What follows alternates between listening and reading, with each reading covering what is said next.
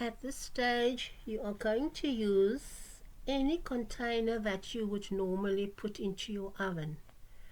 And you can even use a glass dish that is fireproof. Now I'm just using the stainless steel container that I have, but you can use any other dish.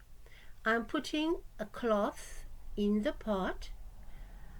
You don't actually need to do that when you're using a stainless steel container, but when you are going to use a glass container, I suggest you put a cloth in underneath at the bottom.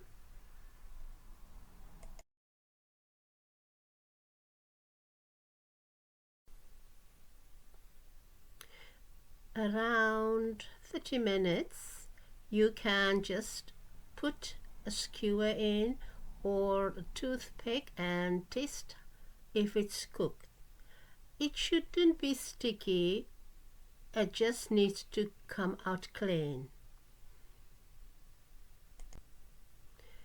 You are welcome to ask me any questions. Thank you for watching, and please subscribe and share for somebody that can find it helpful.